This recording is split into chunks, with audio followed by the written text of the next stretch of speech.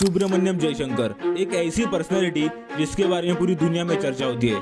2022 में जब यूक्रेन और रशिया में वॉर चालू हुआ तो सब देश रशिया के खिलाफ और यूक्रेन के सपोर्ट में आ गए। लेकिन बड़े बड़े देशों ने देखा कि भारत ही ऐसा देश है जो वॉर के खिलाफ साइलेंट है। इसीलिए न जाने कितनी बार इंडिया को टारगेट करते हुए प्रेशर बनाया कि वो यूक्रेन को सपोर्ट करे। जब हर देश के पॉलिटिकल लीडर इंडिया पर सवाल उठाते थे, जो कि रशिया से ऑयल खरीदने के बारे में हो या फिर रशिया से वेपन्स खरीदने के बारे में, तब हर बार जयशंकर जी उनके जवाब में एक ऐसे स्मार्ट तरीके से जवाब देते थे कि हर बार सामने वाले की बोलती बंद हो जाती थी।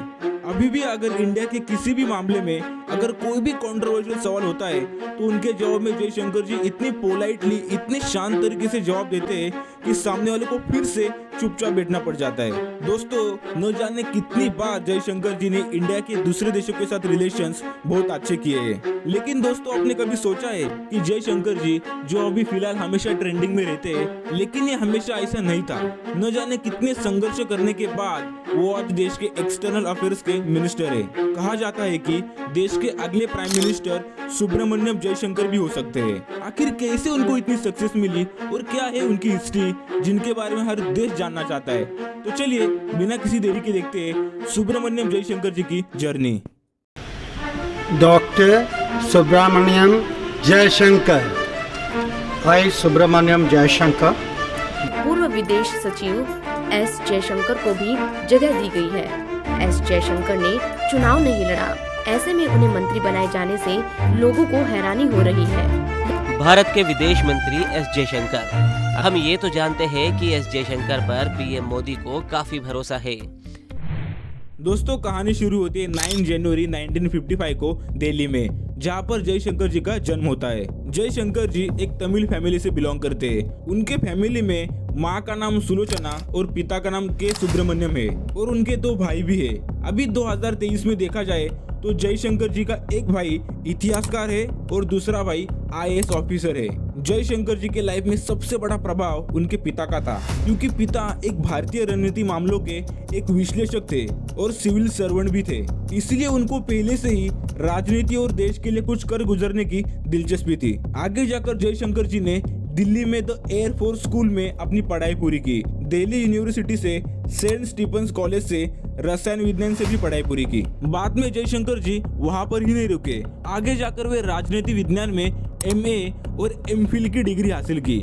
उनको पढ़ने का इतना शौक था कि उनको हमेशा कुछ न कुछ सीखने का चाह रहती थी। उन्होंने इसके बाद भी पढ़ाई जारी रखी और जवाहरलाल नेहरू विश्वविद्यालय से इंटरनेशनल रिलेशन में PhD हासिल की, जहां उन्होंने परमाणु कूटनीति में एक्सपर्टीज हासिल की। 1979 से 1980 तक उन्होंने मॉस्को में यानी रशिया में भारत के मिशन के लिए वहां पर काम किया, जहां पर उन्होंने रशिया को रिसर्च किया और इंटरनेशनल रिलेशंस भारत और रशिया के बीच अच्छे किए। रशिया का मिशन कंप्लीट होने के बाद वो दिल्ली आकर राजनियम गोपाल स्वामी पार्थसारथी के विशेष सहायक रूप में भी काम किया। दोस्तों, मैं आपको बता दूं, जयशंकर जी के पास एक ऐसी कला है जिनके कारण वो इतने सक्सेसफुल हो चुके हैं, और वो कला है प्रॉब्लम सॉल्विंग स्किल और बातचीत करने की कला, जिस कारण वो किसी भी प्रॉब्लम को झट से सुलझा देते हैं। एक बार जब भारत में तारापुर पावर स्टेशन को अमेरिका परमाणु ईंधन की सप्लाई को लेकर प्रॉब्लम चल रही थी, तब इस प्रॉब्लम को कोई भी नहीं सुलझा पा रहा था। लेकिन बाद में जब जयशंकर जी को बातचीत करने के लिए बुलवाया गया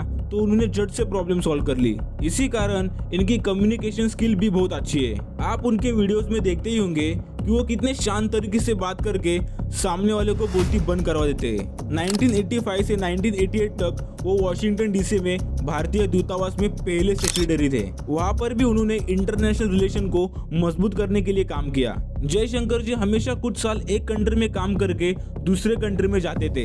इनसे उनको काफी जानकारी मिल जाती थी कि दूसरे देशों में कल्चर कैसा होता है, कैसे बात करते हैं। जो जो उनको सीखने को मिलता था वो सब कुछ सीख लेते थे। 1988 से 1990 में वो श्रीलंका में सेक्रेटरी और सलाहकार के रूप में भारतीय शांति सेना में अपना काम निभाया।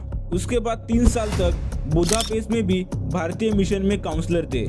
इतना एक्सपीरियंस मिलने के बाद जयशंकर जी बहुत ही रिस्पेक्टेड और ग्रेट लीडर के पहचान में आने लगे।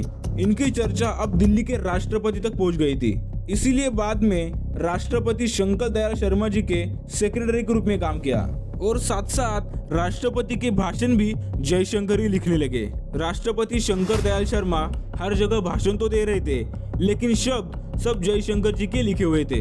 राष्ट्रपति जी के लिए काम करने की बदौलत उनकी पहचान अब बड़े बड़े पॉलिटिशियन से भी होने लगी। अपने हुनर और मेहनत की वजह से साल 2000 में जयशंकर जी को चेक गणराज्य में भारत का एम्बेसडर बना दिया। उनके लिए ये बहुत ही बड़ी सफलता थी। 2004 से लेकर 2007 तक उन्होंने बहुत ही बढ़िया प्रदर्शन दिखाया, जैसे कि यूएसए और इंडिया के परमाणु समझौतों पर बातचीत करने और रक्षा सहयोग में सुधार करने में जयशंकर जी शामिल थे। और यही नहीं, 2006 और 2007 यानी 2 साल के अंदर अंदर संयुक्त राज्य अमेरिका के साथ 123 समझौतों पर बातचीत के दौरान भारतीय टीम का नेतृत्व किया। इस टाइम तक उनको अलग अलग देश में घूमने से बहुत ही एक्सपीरियंस मिल चुका था और अपने इसी एक्सपीरियंस की बदौलत 2007 से लेकर 2009 तक यानी 3 साल तक सिंगापुर भेजा गया, जहां पर उन्होंने इंडियन बिजनेसेस को बढ़ावा दिया और आगे बढ़ाया। और यही रीजन है कि सिंगापुर आज इंडियन एफडीआई का one of the largest contributor बन चुका है। जयशंकर जी ने सिंगापुर के बाद 4.5 साल तक चाइना में भी काम किया। वहां पर उन्होंने आर्थिक व्यापार और चाइना इंडियन बॉर्डर विवाद को भी संभाला। चाइना में 30 से ज्यादा शहरों में भारतीय संस्कृति को प्रदर्शित करने वाले इंडियन कल्चर को बढ़ावा देने वाले को सपोर्ट किया। जयशंकर जी को अपने कल्चर से बहुत ही लगन है, इसलिए वो हमेशा कहीं ना कहीं श्री कृष्णा और हनुमान जी के एग्जाम्पल लोगों को देते रहते हैं। 2014 तक आते आते जयशंकर जी को हर देश का बहुत ही अच्छा एक्सपीरियंस हो गया था। और मैं आपको बता दूं, इतने साल काम करने की बदौलत उनको तमिल, हिंदी, इंग्लिश, रशियन, जापानी, चीनी और हंगेरियन भी बोलनी आती है। जयशंकर जी लगभग 7 भाषाएं बोल लेते हैं। ये एक बहुत ही बड़ी बात है। इस टाइम तक जयशंकर जी रिटायर होने के कगार पर थे, लेकिन प्राइम मिनिस्टर मोदी जी को पता था कि जयशंकर जी क्या क्या कर सकते हैं, इसलिए मोदी जी अब जयशंकर जी को एक बहुत ही बड़ी पोजीशन देने वाले थे और वो पोजीशन थी इंडियन फॉरेन सेक्रेटरी के रूप में। 2015 में जयशंकर जी के हुनर को देखते हुए उन्हें इंडियन फॉरेन सेक्रेटरी के रूप में चुना गया और इसी वक्त से इनकी सक्सेस और काम हर देश जानने लगा। इतने साल काम करने के बाद न जाने कितनी बार उन्होंने देश को एक अच्छे राजनीतिक तौर पर देश को आगे बढ़ाया है। और फाइनली 31 मई 2019 को जयशंकर जी को देश के एक्सटर्नल अफेयर्स मिनिस्टर पर नियुक्त किया और वहां से आप देख ही रहे हो कि उन्होंने देश का नाम कितना ऊंचा कर लिया है। दोस्तों मैं आपको बता दूं, जयशंकर जी की वाइफ एक जापानीज है और जयशंकर जी के साथ शादी करके उन्होंने भारतीय संस्कृति को अपनाया है। आप देख ही सकते हो कि हर जगह अपने भारतीय संस्कृति को कितने खूबसूरत तरीके से निभाते हैं। हमको हमेशा प्राउड फील रहेगा कि जयशंकर जैसे लीडर हमारे देश का नेतृत्व कर रहे हैं। और साथ साथ न जाने कितने साल national security adviser of India Ajit Doval ji ने भी भारत का नाम रोशन किया है। दोस्तों जयशंकर जी के लाइफ से आपको क्या सीखने को मिला, आप अपनी राय कमेंट बॉक्स में जरूर बताइए। दोस्तों ये थी सुब्रमण्यम जयशंकर जी की जर्नी। अगर आपको ये वीडियो पसंद आया हो तो मुझे कमेंट बॉक्स में जरूर बताइए और इस वीडियो को लाइक, शेयर और सब्सक्राइब भी जरूर करना। तो मिलते हैं आगे ऐसे ही कुछ वैल्यूएबल वीडियो में, तब तक के लिए धन्यवाद।